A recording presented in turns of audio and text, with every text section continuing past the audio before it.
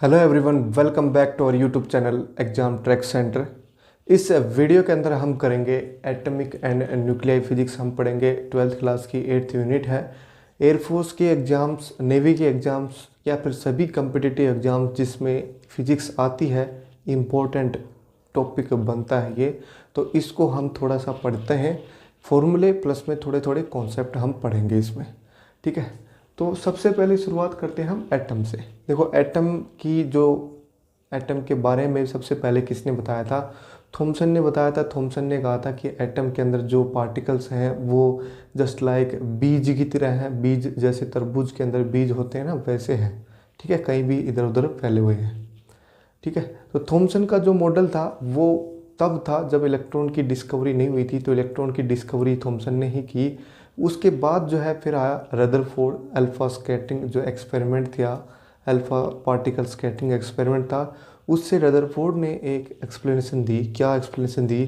कि एक एटम के अंदर एक न्यूक्लियस होता है और इलेक्ट्रॉन्स जो हैं उसके अराउंड जो है रिवॉल्व करते हैं अराउंड स्पेसिफिक ऑर्बिट्स के अंदर वो है रिवॉल्व करते हैं। रदरफोर्ड ने ये कहा था। तो टोटल न्यूक्लियस का जो चार्ज है वही इलेक्ट्रॉन्स के चार्ज के बराबर है। तो टोटल मैं कहूँगा कि एटम का चार्ज कितना है, एटम चार्ज कितना है टोटल? एटम का चार्ज है 0। एटम जो है न्यूट्रल होता है, ये क्वेश्चन ध्यान रखना है अपना। तो इसका मतलब क्या है? न्यूक्लियस का जो चार्ज है, nucleus charge is equals to electronic charge. अब देखो, इलेक्ट्रॉन का चार्ज तो नेगेटिव होता है, तो न्यूक्लियस के अंदर क्या होना चाहिए? रदरफोर्ड ने सजेस्ट किया कि न्यूक्लियस के अंदर क्या होंगे? प्रोटॉन और न्यूट्रॉन होंगे, जिनको हम कहते हैं न्यूक्लियॉन्स कहते हैं हम, न्यूक्लियॉन्स, जिनका मास लगभग सेम सा होता है लेकिन थोड़ा वो डिफरेंट होता है बस। प्रोटॉन जो है उसका चार्ज होता है, न्यूट्रॉन का चार्ज नहीं होता है। प्रोटॉन का चार्ज होता है +E, न्यूट्रॉन का चार्ज होता है 0, इलेक्ट्रॉन का चार्ज होता है -E। E जो है एलिमेंट्री चार्ज है और E की वैल्यू होती है 1.6 इंटू 10⁻⁻19 कूलम, ठीक है। तो रदरफोर्ड ने ये कहा कि एक न्यूक्लियस होता है, इलेक्ट्रॉन रिवॉल्व करते हैं अराउंड ऑर्बिट्स, ठीक है। लेकिन न्यूक्लियस रदरफोर्ड का जो ये मॉडल है वो फेल हो गया था। क्यों हो गया था? क्योंकि रदरफोर्ड ने ये सजेस्ट नहीं किया कि इनकी जो स्पीड है वो कांस्टेंट है या क्या है। तो हम यहाँ से एक चीज़ ये कह सकते हैं कि अगर कोई भी चार्ज है, इलेक्ट्रॉन क्या है, चार्ज है, वो किस मोशन में है? एक्सेलरेटेड मोशन में है ना। एक्सेलरेटेड मतलब उसकी स्पीड जो है कांस्टेंट नहीं है। उस केस में क्या होगा कि वो एक्सेलरेटेड मोशन जो चार्ज होती हैं तो वो क्या प्रोड्यूस करते हैं? इलेक्ट्रोमैग्नेटिक वेव, या फिर मैं कहूँ रेडिएशन, है ना, या फिर मैं कहूँ कुछ एनर्जी एमिट करते हैं, ठीक है।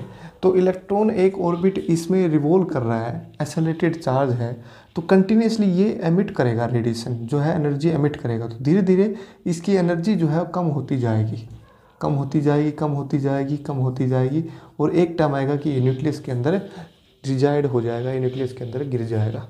तो हम ये कह सकते हैं कि एटम की जो स्टेबिलिटी है वो रदरफोर्ड नहीं बता पाया। रदरफोर्ड ने कहा कि एक चार्ज होता है वो मूव करता है अराउंड ऑर्बिट, लेकिन ऑर्बिट्स के बारे में उसने कुछ भी नहीं बताया कि कैसा ऑर्बिट होगा। प्लस में जो ऑब्जर्व किया गया, क्या ऑब्जर्व किया गया कि जो इलेक्ट्रॉन्स होते हैं वो स्पेसिफिक एनर्जी लेवल्स के अंदर होते हैं। तो रदरफोर्ड का मॉडल जो है फेल हो गया। इसके बाद आता है फिर बोहर मॉडल। तो बोहर ने क्या किया, एक चीज़ बताई। बोहर ने क्या किया? बोहर ने सबसे पहले तो एक इलेक्ट्रॉन का मॉडल दिया कि एक ही इलेक्ट्रॉन अगर होगा किसी भी एटम के अंदर, तो एक इलेक्ट्रॉन के बारे में ही बताया इसने, ठीक है। एक इलेक्ट्रॉन का मॉडल दिया इसने, सिर्फ एक इलेक्ट्रॉन के लिए वैलिड है बोहर मॉडल, ठीक है। तो बोहर का भी एक फेलर है ये, सिर्फ एक ही इलेक्ट्रॉन के लिए वैलिड है। इसने क्या कहा? अब यही कहा कि पहले तो न्यूक्लियस है, इलेक्ट्रॉन जो है रिवॉल्व कर रहे हैं, एक बात तो वही है। सारा का सारा मास जो है वो न्यूक्लियस के अंदर ही है, क्योंकि इलेक्ट्रॉन का मास तो वो प्रोटॉन या फिर न्यूट्रॉन के मास के नेग्लिजिबल ही होता है। मास ऑफ प्रोटॉन जो होता है वो होता है 1836 time mass of electron. Mass of proton होता है 1.67 इंटू 10⁻⁻27, और ये होता है 9.1 इंटू 10⁻⁻31 किलो, ठीक है। तो मास ऑफ प्रोटॉन या फिर मैं न्यूट्रॉन जो है उन दोनों का मास लगभग सेम होता है।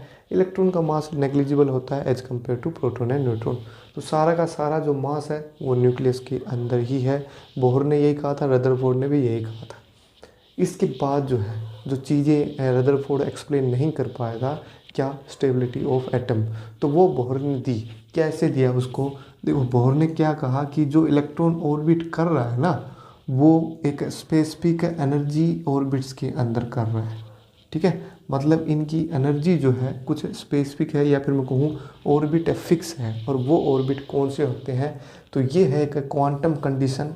क्वांटम कंडीशन क्या कहती है बोहर मॉडल की, कि इलेक्ट्रॉन जिस ऑर्बिट के अंदर रिवॉल्व करता है वो इलेक्ट्रॉन के ऑर्बिट जो है उनकी सरकमफेरेंस जो है वो integral multiple of de Broglie wavelength के बराबर है। और डी ब्रोगली वेवलेंथ क्या होती है अपनी, एच अपॉन में पी। पी क्या है, लीनियर मोमेंटम है यहाँ पे, ठीक है। तो ये है बोहर की रेडियस, मतलब रेडियस ऑफ nth ऑर्बिट लिया है मैंने, nth एनर्जी ऑर्बिट, ठीक है। कोई भी nth ऑर्बिट है मतलब n लेवल का है, फर्स्ट लेवल सेकंड लेवल ऐसे करके n लेवल का है कोई भी। तो उसके अकॉर्डिंग n जो है यहाँ पे क्या है, इंटीजर है। यहाँ तक बात क्लियर है। तो इस लीनियर मोमेंटम को इधर लेके आओगे तो क्या होगा कि Rn multiply by P. P इसको भी पी एन लिख सकते हो कि nth ऑर्बिट का लीनियर मोमेंटम है, ठीक है। तो एन एच डिवाइड बाई 2 पाई, और h अपॉन 2 पाई को हम बोलते हैं फिर h कट या फिर h क्रॉस हम बोलते हैं, ठीक है। h upon 2 pi is equals to h cross, ठीक है। तो ये क्या बन गया, देखो ये कोई भी ऑर्बिट होगा, जैसे ये इलेक्ट्रॉन का ऑर्बिट है और उसमें एंटी क्लॉकवाइज रोटेशन इलेक्ट्रॉन का है, तो उसमें जो स्पीड होगी वो होगी टेंजेंशियल स्पीड, ठीक है। और ये क्या है, रेडियस है इसकी ऐसे, तो ये दूसरे के क्या है, परपेंडिकुलर है। और perpendicular distance multiply by linear momentum, वो क्या होता है, वो होता है टॉर्क, नहीं सॉरी एंगुलर मोमेंटम होता है। एंगुलर मोमेंटम को मैंने लिख दिया एल से, तो वो किसके बराबर आ गया, एन एच क्रॉस। तो ये एक बोहर की क्वांटम कंडीशन आ गई कि इलेक्ट्रॉन सिर्फ उसी ऑर्बिट में रिवॉल्व करेंगे जिनका एंगुलर मोमेंटम जो है integral multiple of h cross है। तो सीधा सीधा क्वेश्चन यहाँ से ये आ सकता है कि for 10th orbit, 10th energy orbit, angular momentum क्या होगा उस इलेक्ट्रॉन का। तो एन की जगह यहाँ पे 10th पुट करना है बस, और कुछ नहीं करना। फर्स्ट ऑर्बिट सेकेंड ऑर्बिट ऐसे करके पुट कर देना है आपको, ठीक है। नेक्स्ट इसमें देखो एंगुलर मोमेंटम की बात हो गई है ना, स्पेसिफिक ऑर्बिट हो गए। अब आता है कि ये ऑर्बिट जो है वो स्टेशनरी ऑर्बिट है। स्टेशनरी ऑर्बिट का मतलब जो है इनमें जो स्पीड है इलेक्ट्रॉन की वो कांस्टेंट स्पीड है।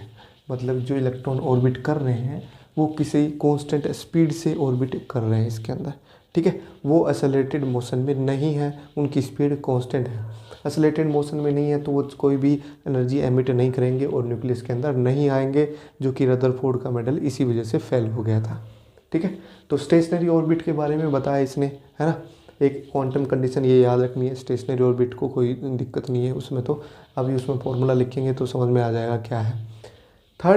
फोर्थ कंडीशन इसमें है, पहला तो ये हो गया था न्यूक्लियस है, सेकंड ये है third stationery orbit. Fourth condition ये है कि इलेक्ट्रॉन अगर एक ऑर्बिट से दूसरे ऑर्बिट में जाता है, जैसे ये कुछ ऑर्बिट है और एक दूसरा ऑर्बिट मैंने बना दिया, तो यहाँ से अगर इसमें जाएगा तो यहाँ की एनर्जी जो है क्या है, कम है, और यहाँ की एनर्जी जो है क्या है, सॉरी यहाँ की एनर्जी क्या है, देखो एनर्जी का हम फार्मूला बाद में ड्राइव करेंगे तो ये बनेगा z²/n², ठीक है। तो n नंबर ऑफ ऑर्बिट है, ये नंबर ऑफ ऑर्बिट। मान लिया ये सेकंड ऑर्बिट है तो n की जगह 2 पुट करना है, ये थर्ड ऑर्बिट है तो n की जगह 3 पुट करना है। तो धीरे धीरे जैसे जैसे न्यूक्लियस से दूर जा रहे हैं तो क्या हो रहा है, माइनस साइन क्यों आ रहा है यहाँ पे, ये भी मैं बताऊँगा कि इलेक्ट्रॉन की जो एनर्जी है वो क्या होती जा रही है, कम होती जा रही है, ज़्यादा होती जा रही है। यहाँ से देखोगे तो अगर n की वैल्यू बढ़ेगी तो इसकी एनर्जी क्या होगी, नेगेटिव में और कम होगी, मतलब एनर्जी बढ़ रही है ना। तो हायर एनर्जी से लोअर एनर्जी में जाएगा तो वो क्या करेगा, कुछ एनर्जी अपनी लूज करेगा, है ना।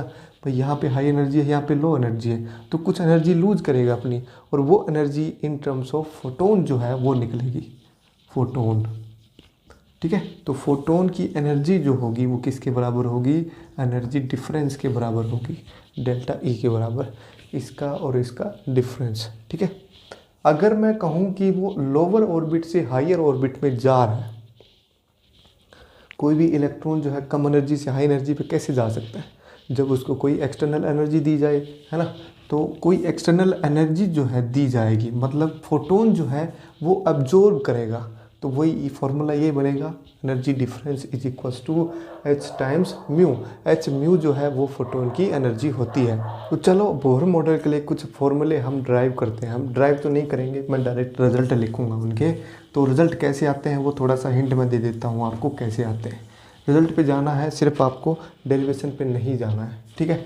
एक इलेक्ट्रॉन मॉडल है बोहर मॉडल, तो एक इलेक्ट्रॉन मैंने ले लिया। एक इलेक्ट्रॉन जो है वो रिवॉल्व कर रहा है around nucleus in some specific orbit whose angular momentum is integral multiple of h cross. ठीक है। एक न्यूक्लियस मैंने ले लिया और उसके अराउंड जो है एक इलेक्ट्रॉन रिवॉल्व कर रहा है इन एंटी क्लॉकवाइज रोटेशन। ठीक है। एक इलेक्ट्रॉन के लिए ही हम करेंगे। ठीक है। अब हमें पता है कि कोई भी चीज़ जो सर्कुलर मोशन में रोटेट करती है तो उसके अंदर जो है सेंटीपिटल फोर्स आता है, ये बात ध्यान रखनी है। सेंटीपिटल फोर्स की वजह से ही ये सर्कुलर ऑर्बिट में घूमता है, कोई भी चीज़ होगी वो, जैसे प्लेनेट है अर्थ के अराउंड घूम रहे हैं, तो अगर सेंटीपिटल फोर्स है उनके अंदर तो ही वो रोटेट कर पाएंगे। अब वो सेंटीपिटल फोर्स आ कहाँ से रहा है इसके अंदर, देखो ये है पॉजिटिव चार्ज का, मान लिया इसका एटॉमिक नंबर है कुछ जेड, तो मल्टीप्लाई मैं ई कर दूंगा तो टोटल चार्ज हो जाएगा ये न्यूक्लियस का। एटॉमिक नंबर ही हम पढ़ेंगे अभी न्यूक्लियस के अंदर, न्यूक्लियाई के अंदर पढ़ेंगे एटॉमिक एंड न्यूक्लियाई। तो इसका चार्ज जेड ई है, इसका चार्ज है माइनस ई, तो इनके बीच में एक फोर्स लगेगा। कौन सा फोर्स लगेगा, वो अट्रैक्टिव फोर्स लगेगा, इलेक्ट्रॉन को अट्रैक्ट करेगा।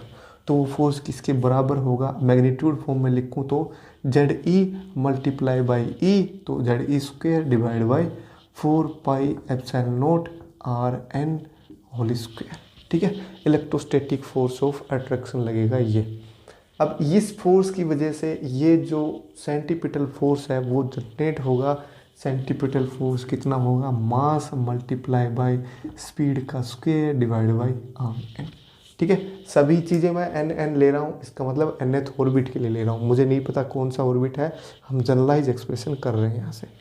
अब देखो इससे रेडियस और वेलोसिटी हम कैसे निकालेंगे। देखो एक रिजल्ट हमें पता है बोर मॉडल का क्या है कि angular momentum is equals to n integral multiple of h cross, और एंगुलर मोमेंटम क्या होता है, linear momentum multiply by perpendicular distance. Perpendicular distance ये कर दिया मैंने, और लीनियर मोमेंटम क्या होगा, मास इनटू में वेलोसिटी एन एच क्रॉस। तो इसकी वैल्यू इसमें पुट करोगे आप तो रेडियस की वैल्यू कुछ निकल के आएगी, और बाकी कांस्टेंट की वैल्यू आपको पुट करोगे, ई की वैल्यू 4 पाई एप्सिलॉन नॉट की वैल्यू, मास ऑफ इलेक्ट्रॉन की वैल्यू, तो क्या आएगा मेरे पास, रेडियस जो आएगी nth ऑर्बिट की वो आएगी 0.53 angstrom n square by Z. ठीक है। तो ये फॉर्मूला बनता है for radius of nth orbit के लिए 0.53 angstrom multiply by n square by Z. N जो है ऑर्बिट नंबर है, जेड जो है एटॉमिक नंबर है। जेड क्या है यहाँ पे, एटॉमिक नंबर है। कोई भी मेटल होगा या फिर कोई भी एटम होगा तो उसका ये नंबर गिवन होगा हमारे पास।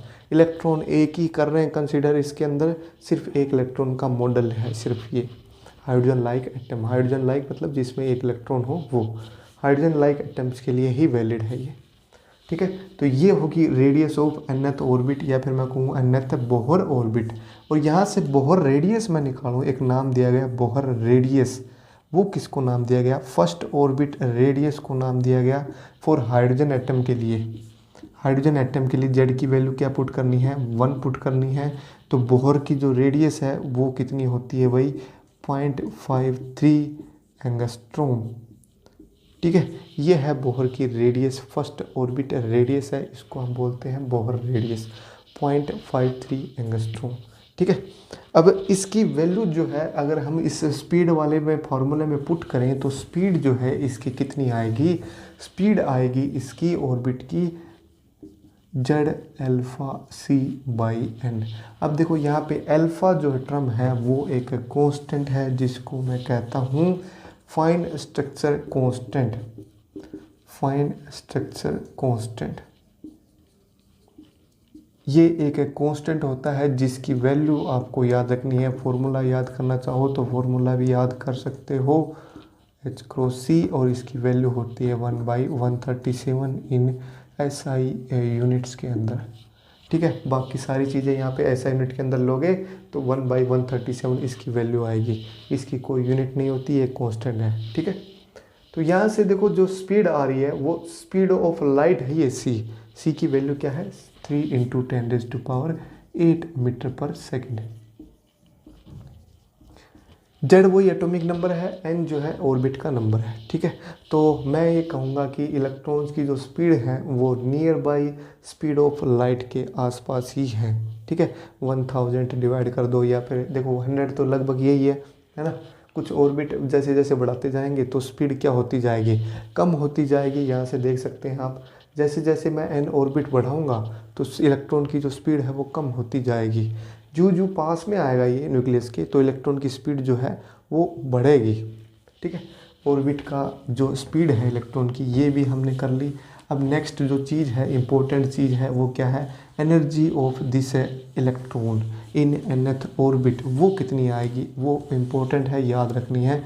वैसे तो तीनों चीज़ें याद रखनी है। तो energy of nth orbit is equals to -13.6 electron volt divide by multiply by Z²/n²। ठीक है, इलेक्ट्रॉन वोल्ट के अंदर है 1 electron volt is equals to, ये मैंने पहले भी बता रखा है। ई की वैल्यू पुट करनी है, जो भी ई है।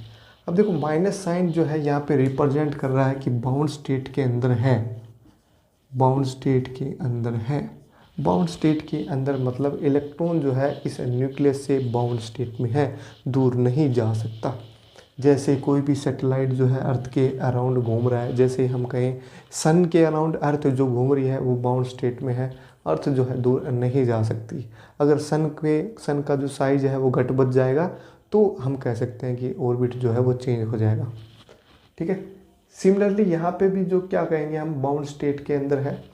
देखो हमेशा जो है ये नहीं होता कि जब भी बाउंड स्टेट आए तो इलेक्ट्रॉन या फिर मैं कहूँ एनर्जी जो है वो नेगेटिव हो, क्योंकि जैसे हाइड्रोजन एटम के केस में भी तो नेगेटिव आ रही है और सेटेलाइट के केस में भी नेगेटिव ही आती है जो भी एनर्जी है टोटल। लेकिन फॉर हार्मोनिक ऑसिलेटर जो है उसके लिए एनर्जी नेगेटिव नहीं आती, लेकिन वो भी बाउंड स्टेट के अंदर ही है। ठीक है, तो हर एक बाउंड स्टेट के लिए नेगेटिव साइन नहीं आता, लेकिन यहाँ पे जो रिप्रेजेंट कर रहा है नेगेटिव साइन वो बाउंड स्टेट को ही रिप्रेजेंट कर रहा है। ठीक है, फॉर nth ऑर्बिट के लिए ये एनर्जी होगी मेरी -13.6 इलेक्ट्रॉन वोल्ट Z²/n²। ठीक है, अब मान लिया मैंने फर्स्ट ऑर्बिट के अंदर है, फर्स्ट ऑर्बिट, या मैं कहूँ इसको ग्राउंड स्टेट, ग्राउंड स्टेट है, स्टेट तो नहीं है, ग्राउंड स्टेट, या फिर फॉर हाइड्रोजन एटम के लिए ले लो इसको, हाइड्रोजन एटम के लिए Z की वैल्यू 1। तो ग्राउंड स्टेट के लिए जो एनर्जी होगी वो कितनी होगी मेरे पास, -13.6 इलेक्ट्रॉन वोल्ट होगी यहाँ पे। ठीक है, ग्राउंड स्टेट के लिए। अब मैं कहूँ फर्स्ट एक्साइटेड स्टेट या फिर मैं कहूँ second orbit energy, first excited state. First excited मतलब जैसे सीढ़ियाँ हम चढ़ते हैं ना, जैसे हम फर्स्ट फ्लोर पे खड़े हैं तो हम फर्स्ट फ्लोर का मतलब है नीचे वाली ज़मीन, तो वो ग्राउंड फ्लोर है। फर्स्ट फ्लोर मतलब जो पहली छत है वो। तो फर्स्ट एक्साइटेड स्टेट का मतलब भी यही है, सेकंड ऑर्बिट मतलब सेकंड जो फ्लोर पे हम चले गए वो है। ठीक है, फर्स्ट फ्लोर का मतलब पहले की छत है, तो इस फर्स्ट एक्साइटेड स्टेट का मतलब है सेकंड ऑर्बिट। ठीक है, तो यहाँ पे n की वैल्यू 2 पुट करनी है, जो कि E1 डिवाइड बाय कितना होगा, n² है तो 4 होगा। एनर्जी कम होती जा रही है नेगेटिव साइड से, इसका मतलब एनर्जी जो है बढ़ती जा रही है। नेगेटिव साइड से कम होती जाएगी, इसका मतलब एनर्जी बढ़ रही है। लेकिन ये जीरो कब आएगी, जब n की वैल्यू मेरी इनफाइनाइट हो जाएगी। जीरो का मतलब क्या है कि वो इलेक्ट्रॉन बाउंड स्टेट में नहीं रहेगा। तो इनफाइनाइट ऑर्बिट के लिए इलेक्ट्रॉन और ऑर्बिट जो है वो एग्जिस्ट नहीं करेगा। ठीक है, यहाँ तक की चीज़ क्लियर हो गई होगा तो आगे चलते हैं। इसमें देखो मैंने एक चीज़ बताई थी कि इलेक्ट्रॉन जो है एक एनर्जी स्टेट से दूसरी एनर्जी स्टेट में जाएगा तो क्या करेगा, फोटोन को रिलीज करेगा या फिर मैं कहूँगा फोटोन को एब्जॉर्ब करेगा। तो लेट्स से मैंने N1 स्टेट से N2 स्टेट के अंदर वो चीज़ जा रहा है कोई इलेक्ट्रॉन, तो N2 मैंने मान लिया कि एनर्जी हाई एनर्जी का है, तो EN2 माइनस EN1 जो होगा वो किसके बराबर होगा, 13.6 electron volt Z square divided by 1/N2 square minus 1/N1 square. ठीक है, N1 जो है मैंने लोअर ऑर्बिट मान लिया, N2 जो है हायर ऑर्बिट मैंने मान लिया। ठीक है, अब यहाँ पे जो ये जो एनर्जी डिफरेंस है ये किसके बराबर होगा, फोटोन की एनर्जी के, है ना। तो यहाँ से मैं फोटोन की फ्रीक्वेंसी निकाल सकता हूँ और फोटोन की वेवलेंथ भी निकाल सकता हूँ। फ्रीक्वेंसी किसके बराबर होगी, C/L लैम्ब्डा के। ठीक है, तो वेवलेंथ हम निकाल सकते हैं और मैं ये कहूँगा कि वेव नंबर जो भी है वो भी निकाल सकते हैं। वेव नंबर को हम रिप्रेजेंट करते हैं ऐसे, वेव नंबर, और ये बराबर होता है 1/L लैम्ब्डा के। ठीक है, इतना ज़्यादा चीज़ें आपको डीपली में नहीं जाना है, इस पे क्वेश्चन नहीं आते हैं, बस इसकी जो कंडीशन है वो मैं बताऊंगा तो वो इम्पोर्टेंट बनती है। स्पेक्ट्रल सीरीज हम पढ़ेंगे, स्पेक्ट्रल क्लास हम पढ़ेंगे, कौन कौन से स्पेक्ट्रम बनते हैं, मतलब कौन सी एनर्जी लेवल से कौन सी एनर्जी लेवल में जाएगा तो क्या इफ़ेक्ट होगा। तो ये जो स्पेक्ट्रल क्लास है वो आपको याद रखनी है। स्पेक्ट्रल क्लासेज कौन कौन सी हैं, देखो सबसे पहले है लाइमन सीरीज, फिर है अपनी बामर, फिर है पासन, और फिर है ब्रैकेट, और फिर है लास्ट में पी फंड। तो ये टोटल 5 सीरीज है मेरे पास। अब ये 5 सीरीज कब बनती है, देखो जब लास्ट ऑर्बिट मतलब लोवेस्ट ऑर्बिट जो है वो है ग्राउंड स्टेट, मेरा N1 की वैल्यू 1 है और N2 की वैल्यू कुछ भी हो सकती है, जो भी हायर ऑर्बिट है वो। ठीक है, मतलब ग्राउंड स्टेट पे आए इलेक्ट्रॉन कोई भी हायर ऑर्बिट से तो वो होगी लाइमन सीरीज। और इस केस में अगर वेवलेंथ निकालोगे आप, मतलब N2 की वैल्यू इनमें से कोई एक पुट करोगे और N1 की वैल्यू ये पुट करोगे इस फॉर्मूले के अंदर, तो वेवलेंथ जब निकालोगे यहाँ से तो वेवलेंथ जो है लाई करेगी किसमें, यूवी रेंज के अंदर, अल्ट्रा वायलेट रेंज के अंदर। इस चीज़ को आप नोट कर लेना, कौन सी रेंज में लाई करेगी, इंपॉर्टेंट क्वेश्चन बनता है। यूवी रेंज के अंदर ये लाई करेगी लाइमन सीरीज जो है वो। ठीक है, नेक्स्ट है बामर सीरीज। बामर सीरीज में जो लोवेस्ट ऑर्बिट है वो फर्स्ट एक्साइटेड स्टेट है और हाईएस्ट ऑर्बिट जो है कुछ भी हो सकते हैं। ठीक है, इसके अंदर जो वेवलेंथ आएगी निकल के वो आएगी विजिबल रेंज के अंदर, विजिबल। ठीक है, इनकी वेवलेंथ मैंने कई बार करवा रखी है तो वेवलेंथ भी ध्यान रखनी है, यूवी रेंज की कहाँ से कहाँ तक है, विजिबल की कहाँ से कहाँ तक है। ठीक है, आप EM वेव वाला तो वीडियो जो है वो देख सकते हैं अगर याद नहीं है तो। पासन के अंदर जो है वो लोवेस्ट ऑर्बिट होगा सेकंड एक्साइटेड स्टेट और हाईएस्ट होगा उससे बड़े वाले। इसके अंदर जो है वो रेंज आएगी वो किसकी आएगी, इंफ्रारेड के अंदर। अब ये जो दोनों और बच गई उनमें भी इंफ्रारेड ही आएगी, क्योंकि मैंने बताया था इंफ्रारेड जो है काफ़ी वाइड रेंज है, तो इंफ्रारेड के अंदर ही लाई करेगा ये सब। इसमें N1 की वैल्यू 4 हो जाएगी, इसमें N1 की वैल्यू 5 हो जाएगी, N2 की वैल्यू 5, 6। मेनली आपको ये याद रखनी है, यूवी रेंज, विजिबल, इंफ्रारेड, और ये सारी इंफ्रारेड ही है। इंपॉर्टेंट ये पहले वाली 2 बनती है, पहली वाली 3 बनती है, लाइमन सीरीज और बामर सीरीज।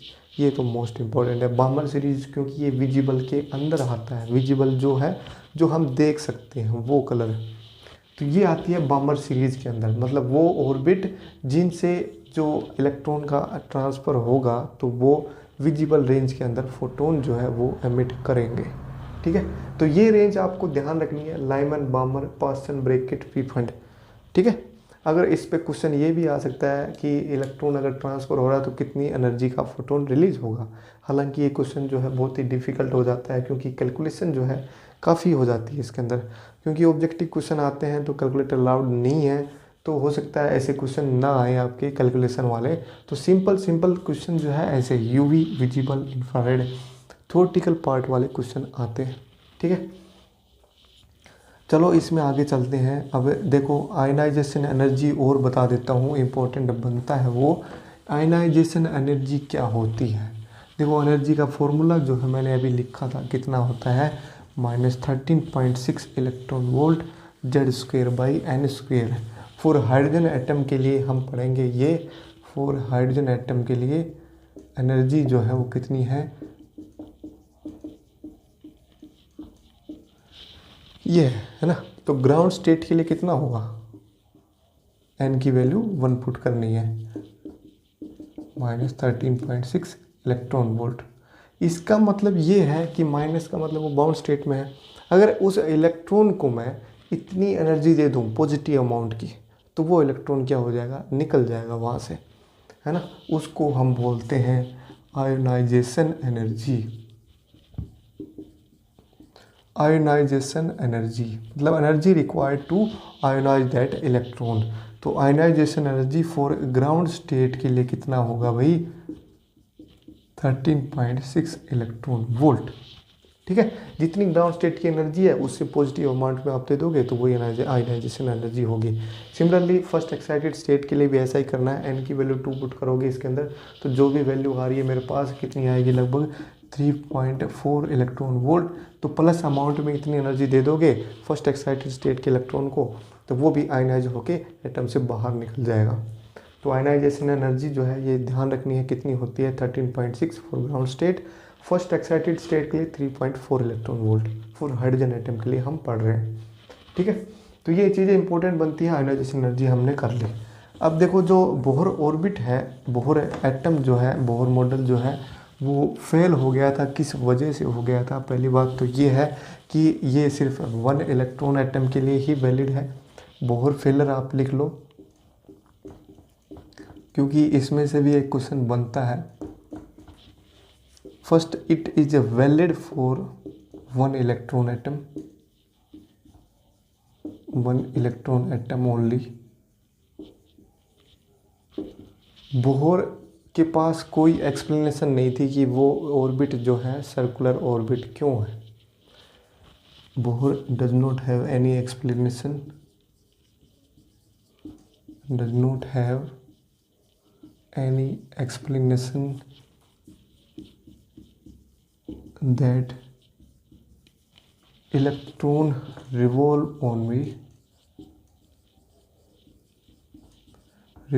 in circular orbit। तो ये 2 पॉइंट आपको ध्यान रखने हैं। एक चीज़ और मैं बता देता हूँ, जो बोहर का मॉडल है वो एनर्जी जो एक्चुअल में ऑब्जर्व की गई थी हाइड्रोजन एटम के लिए, मतलब जो ये एनर्जी हमने देखी है ना, विजिबल रेंज, यूवी रेंज, ये सब क्या है, डिस्क्रीट एनर्जी है, मतलब अलग अलग एनर्जी आ रही है ना। तो लाइन स्पेक्ट्रम आता है बोहर, जो भी एटम का स्पेक्ट्रम होता है, एटॉमिक स्पेक्ट्रम इज लाइन। ये फेलर के अंदर नहीं है। Atomic spectrum is a line spectrum, note the continuous spectrum. Continuous नहीं है, मतलब बीच में जो है एनर्जी का गैप्स है।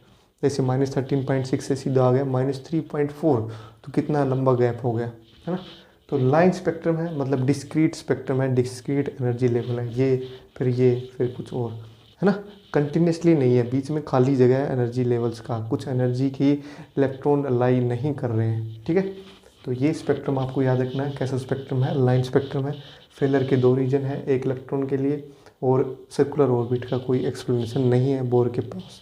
तो बोहर के बाद भी आते हैं, बोहर समरफोर्ड मॉडल आता है। उसने कहा कि इलेक्ट्रॉन जो है सर्कुलर ऑर्बिट में नहीं घूमते, वो घूमते हैं एक्चुअल में इलिप्टिकल ऑर्बिट में। जैसे प्लेनेट जो है सन के अराउंड जो है इलिप्टिकल ऑर्बिट्स में घूमते हैं। तो वो सब हम नहीं पढ़ेंगे, सिर्फ बोहर मॉडल तक ही फोकस करेंगे हम। ठीक है, तो ये एटॉमिक फिजिक्स जो है यहीं तक थी, ख़त्म हो गई है। न्यूक्लियर फिजिक्स जो है हम अगली वीडियो के अंदर करेंगे। न्यूक्लियर फिजिक्स के अंदर भी कुछ इंपॉर्टेंट टर्म बनती है, छोटा सा ही लेक्चर होगा वो, तो बस छोटा सा ही करेंगे हम उसको, और उस पर क्वेश्चन भी हम करेंगे इस एटॉमिक एंड न्यूक्लियर फिजिक्स के नेक्स्ट वीडियो के अंदर, न्यूक्लियर के साथ साथ। ठीक है। तो चैनल को अगर सब्सक्राइब नहीं किया है तो चैनल को सब्सक्राइब जरूर कर लें और अपने दोस्तों को भी शेयर कर लें। पेपर नज़दीक आ रहा है तो तैयारी अच्छे से करें और कमेंट करके ज़रूर बताएं कि वीडियो कैसा लगा आपको।